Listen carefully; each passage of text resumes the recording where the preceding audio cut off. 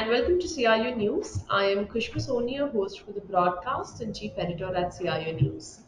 This is our exclusive fireside chat powered by Goto, and it is a recorded session which will be available on our website, that is ciunews.co.in, and our CIO News LinkedIn handle. It is my pleasure to invite our guest for today. We have Mr. Dhiraj Mangla, the Chief Customer Officer at Saksoft. Dhiraj has 23 plus years of experience in architecting, designing, developing, and managing mission critical financial, enterprise, and e business solutions. He's experienced in team handling, project planning, estimation, project management, delivering on schedules, direct customer interference, and mentoring junior architects, designs, and developers. Dheeraj has been associate with Saksoft for almost 19 plus years. And it's a pleasure to have you, Dheeraj. We're really looking forward to get your valuable insights from our episode today. Thank you, Khushbu. Thank you very much for the invitation, and it's nice meeting you. Great. We're also accompanied by Triveni Rabindraraj. She's the India sales head from Goto. Triveni has 21 plus years of experience across business development, strategic alliance, people management. Triveni has worked with brands such as Wipro, Dun& Bradstreet, City, and many more. Triveni, pleasure to have you again. Thank you, Khushbu. Pleasure. Looking forward to some great discussions. Thank you. I'll put the first question to you, Dheeraj. If you can Sure. help us, get some insights. And you being at a chief role, what does your typical day look like, and how has the working changed in Saksoft since COVID and now post pandemic? How is the working in Saksoft? It's not only in Saksoft, if you ask me at the worldwide, industry wise, is working environment is totally changed. Now, every companies in IT, particularly service industry, people want to work from anywhere, people want to work from home. And that's where we provided that kind of infrastructure to the team also. So it's a big difference if you ask me 3 years back and today's scenario is totally changed in terms of work environment. As a company, Saksoft also we are very flexible and we have provided the flexibility to work from anywhere. So we have declared long time back that our team, our colleagues can work from anywhere in the world. Only thing they should be available to meet customer expectations and deliver what they're supposed to deliver. So there's a big difference. There is no punching required nowadays. There is no attendance required. You have to come 9:30, 6:30. There's nothing like that. The teamwork like from morning till evening as per their flexibility. I think people are enjoying. It's like people talk about work-life balance, and this the last 2 years people are thinking about work-life balance the right way to work. So it's a big difference. Because definitely is a big difference compared to 2 years and today's scenario. Absolutely. I think now people have understood, realized that this is the new way of working, and Yeah, it is not required to, actually punch in and come to office and then correct, start the day. correct, correct. So More the great. So outcome-based model. If you ask me, the outcome-based model. People look for the outcome. What your productivity is. absolutely, absolutely, and I think it's going to stay now. This is going to be the Yeah, new working model. correct, Great. correct. Good to hear that Saksoft is, having a culture like this and following a culture like this. So, Dheeraj, given the demand of this whole distributed workforce, and also that you have the whole environment of distributed workforce, um, how is, your IT team, scaling up with the right tools, and are there have been any demand change, or what are the demands from the IT ecosystem in terms of Yeah, support, yeah, etc. definitely. It's a big change. It's a big change. 2 years back, 2.5 years back, suddenly this issue occurred, right? Nobody was ready in that, right? Nobody was thinking that we can close the office for 2 months, 3 months, 1 year, right? Suddenly we're supposed to close it. Suddenly we are all working from home. So everything is depend upon the IT. IT has to be strong if you want to run your business. So as a Saxoft, you can believe it, we are able to sustain within 10 days and able to provide same kind of support to our customers. I really proud on the Saxoft IT team that way. So, answer your question, Khushbu, yes, IT has to be strong to support this kind of environment, this kind of culture. And coming days also, you have to strengthen your IT team. For that, you require a lot of tools, new technologies, new concepts. You cannot go with the 10 years old technologies, right? You have to move on if you want to True. work in this kind of environment. Definitely, it's more important. True, true, absolutely. Spirich, from your IT help desk support perspective, is it fully empowered as of now, to provide the fast and efficient support in this current flexible way of working? Yeah, so just to background, as a being a Saksoft as a service industry, right? We have our lot of customer where we are providing L0 to L3 support. Right, Uh, L0 means that person should be available when 24 by 7 and provide the help desk support. Then provide a L1, L2, L3, all level support. And in a Saksoft, we have our US and UK customers. So right, we have to be 24 by 7 as per their demand. And for that you need to be proper help desk, proper tools to tracking and monitoring the calls and that applications and related products. So definitely right, this help desk is strengthened to support this kind of customer, not only the internal IT. So I'm talking about the customer perspective more. As a Saksoft, right. we take care about the customer. Internal definitely is important, but customer is first priority as we support L0 to L3 also. So it's very important for us to create a way, strengthen our help desk. Right, right. Awesome, awesome. And what are the kind of considerations in terms of remote support solutions that you use for providing efficient customers Yeah, success while correct. providing support? Yeah. Yeah, so we use multiple tools. We use multiple tools for different areas. Like take example of call logging. We have a different tool that we have to be call log system should be available to the customer as well as it should come to us. Alert system, monitoring system, call forwarding system, and alarming system. And not only that, after the alarming system, how to log into the customer portal or how to log into the customer environment to fix that issue if there is a priority 0, P0, P1 kind of issues, right? So we for all this support we required a specific tools and so that we can connect to the customer environment, ready to pick the phone, solve the problem as per the SLA defined by the agreement. So it's very important to meet the SLA. Doesn't matter where we are, right? Mm, Doesn't matter for the customer also. right, absolutely. Absolutely. So, on that, Triveni, my question to you is: you've been interacting with a lot of organizations who provide, technical support. So, how have you seen organizations keeping their priorities when considering the remote support solutions? What are the top priorities have you seen? They Yeah. consider. Yeah, surely. I mean, if I have to do a little bit of rewinding, right, to life before COVID for us, when I say us, the IT sales people, I think one of the things that we used to struggle is to create a requirement or a need for remote support, right? Because I think all of us have lived in that era where we had our IT team sitting right in the same building. Probably if you have an issue with the laptop, come running to your floor, help you. We didn't have that, so obviously the requirement for remote support tool was not.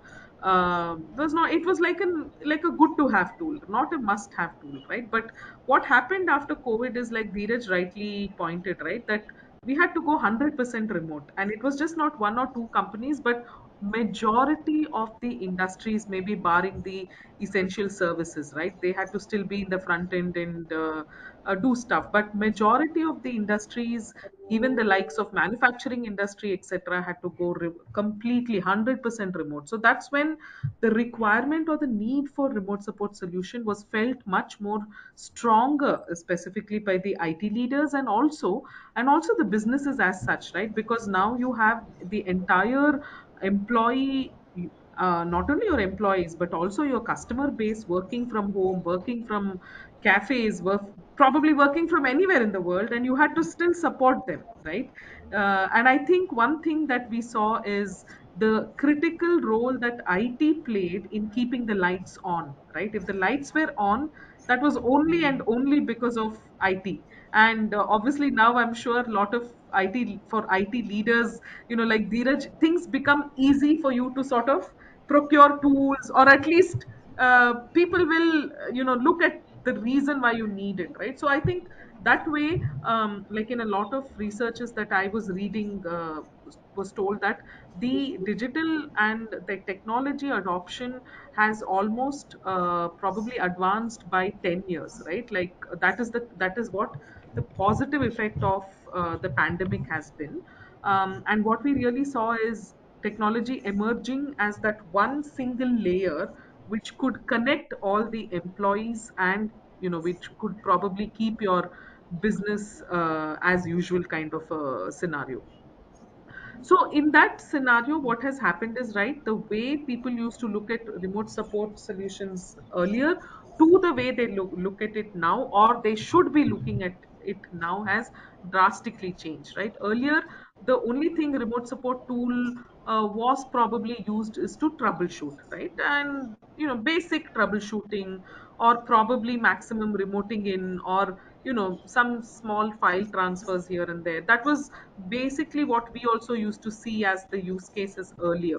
But today, given that your entire work environment has changed, a complete 360-degree change, so that means that what are some of the things that needs to be going into the core functionality of any remote support tool, right? And specifically because in customers, in a lot of places, customers use these tools to support their end customers, besides the employees as well.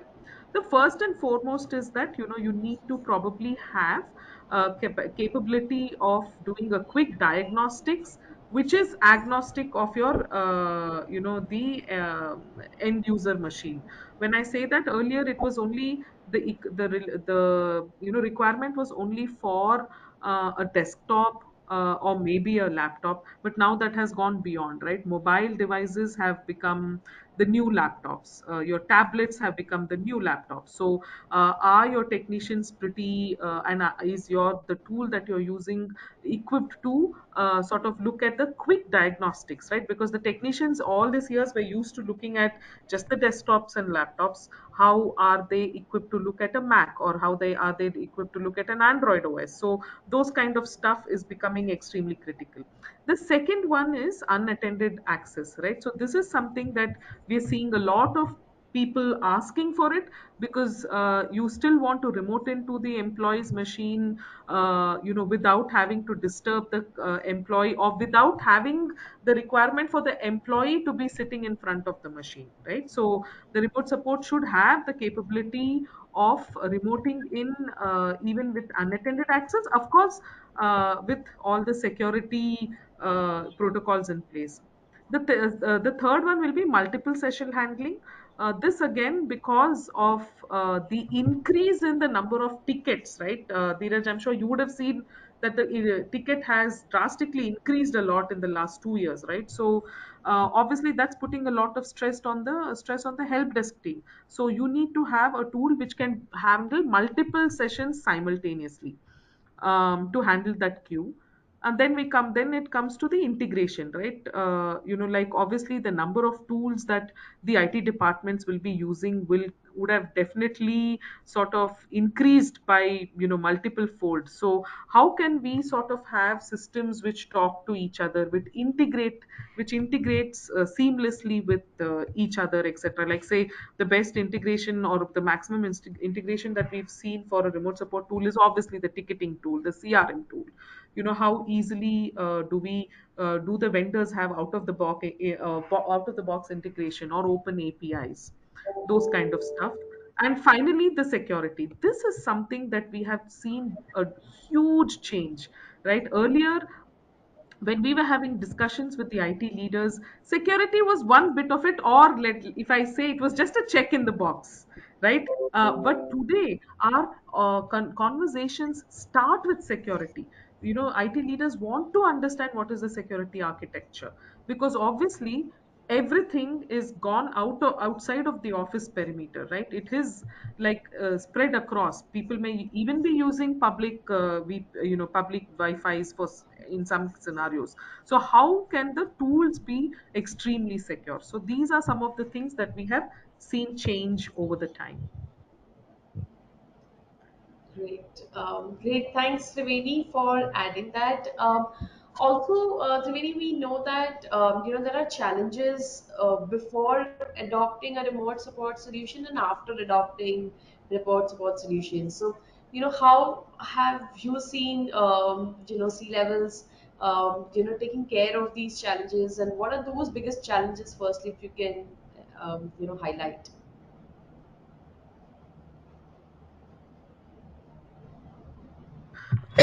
Sorry, I was on mute. So yeah, one of the things that we've seen before adoption is obviously setting up metrics, right? And I'm sure the IT leaders today do that with every tool. Every tool that they're purchasing, or every application that they're purchasing to use. So what are some of the metrics that we cannot compromise with, right? When especially when you're looking at a remote support tool, and especially with in case of Dheeraj's company looks like, where you're also not only supporting the internal employees but also your customers. So because they have SLAs with their customers, right? So it becomes important for them to have SLAs with their vendors. So one of the things that we have seen as a huge use case with remote support tool is how can you look at the first call resolution, right, using a remote support tool, because that becomes extremely critical, right? The second one is related to it. How many repeat inquiries are you looking at? The third one could be, what is the average handling time? Is it increasing? Is it decreasing? How can you better use it? Once some of these are some of the top three matrices, but there are obviously some other finer ones, but mostly these are the common ones. And I think the second aspect of it is looking at what kind of issues you get at the help desk center, right? Especially one thing that we have seen surprisingly in the internal IT scenario, one of the requests which is probably a repetitive and the which is large in number is a password reset. I think that is something we again I think one of the analysis done by, I think either IDG or Gartner, said that almost 60% of the requests that come to the help desk, especially the internal IT help desk, is mostly password reset. So how can you sort of look at creating a knowledge base of all the repeated questions, and create an FAQ and a workflow for that, so that it becomes like a ready reckoner, and the technicians can sort of use those to ensure that the average handling time is reduced. Like looking at the repetitive and time consuming tasks. The post purchase part of it, what we have seen is the biggest issue is the adoption. Now what happened here, especially in this pandemic, right? A lot of companies that we have seen, the technicians do not use the remote support tool that is available. They sort of use meeting tools in place of remote support tool. Because why? Because that seems to be more convenient, right? And trust me, we've seen this big time, right? Like I can give you an example where the customers were using this Goto meeting tool, which is our own tool, and they have purchased even Rescue as well, which is our remote support tool. People are not using Rescue, but people were using more go to go to meeting, right? So that itself kind of beats the purpose, right? So having probably a dedicated customer success manager will help you, or will help the leadership look at the analysis of the tool, in-depth analysis, what feature is being used, how many sessions are done, in case if there is a dip in the session, why, those kind of discussions need to be done in a very, and I would say the OEMs and the IT leaders need to hold the OEMs responsible if the adoption is not happening, or partnering with the OEM and our end customers to see how can we increase the adoption. Absolutely, absolutely. Great. On that, Dheeraj, if you can share, we understand ROI is one of the major, matrix to evaluate the whole adoption of any technology.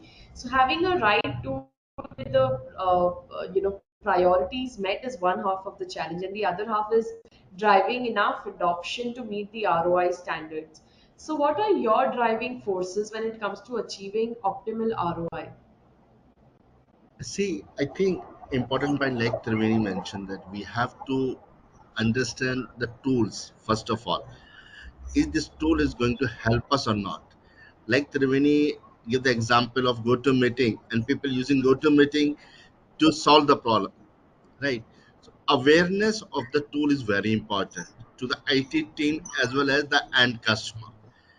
Whenever any issue come, I will come back to ROI a little later, but important point to take care about the customer and educate the customer also that this is not the way to help you out. We have a different way to log in it, and I will help you and explain why I'm trying to log in not through the GoTo meeting or some other tool, because that way help the customer is a security breach. If I log in like this can happen to you also. So it's good for the awareness of the tool is very important. Education to the internal IT as well as the end customer is very important. And coming to the ROI side, is very important to know the customer. Again, let me repeat, the kind of IT Saksoft is right, service industry. Customer is important for us. We know the customer pain, we know what's happening with the customer business is important for us. We cannot sleep if customer is in problem. So how we can help the customer, the ROIs are important for us. It's not in terms of commercial, in terms of customer business pain. If we are able to help the customer with their pain to solve their problem then and there, I'm sure customer will be happy with you, anybody in the industry, right? And respect, they respect you only if you help them. If you say okay, every company has agreement perspective, there will be SLAs, right? If you go to any CEO and say okay, this is my SLA, I'm under the SLA, it's okay, this is your job, right? If you are meeting your SLA, this you're doing your job, nothing special you're doing. But if you want to be a little bit extra, you have to go back with your matrices, with your ROI, with your SLAs and say, boss, what I committed to you, I'm doing more than that. And if you want to achieve that kind of environment, that kind of ROIs, you need a perfect tool to support them. Without tools, it's not possible. Humanly, manually, is not possible at all. You need a perfect tool to support your industry. Like take example, we are supporting fintech industry. One of our vertical is a Saksoft. Fintech, is how critical is in the fintech industry. So SLA, ROI, security, whatever Triveni mentioned, is very important for the fintech industry. So that's all I want to say. That is very important to meet the ROI and different ROIs required there with the different SLAs. Khushbu. Absolutely, absolutely. Great. It's been a great conversation with you, Dheeraj and Triveni. Thank you so much for joining us on this episode and sharing all your valuable insights. I think this went pretty well. So thank you once again, and I look Thank you. forward to having many more conversations. Thank you, Khushbu. Thank you, Thank Triveni, for you. the call. Thank you, Thank Dheeraj. you. Thank you, Khushbu.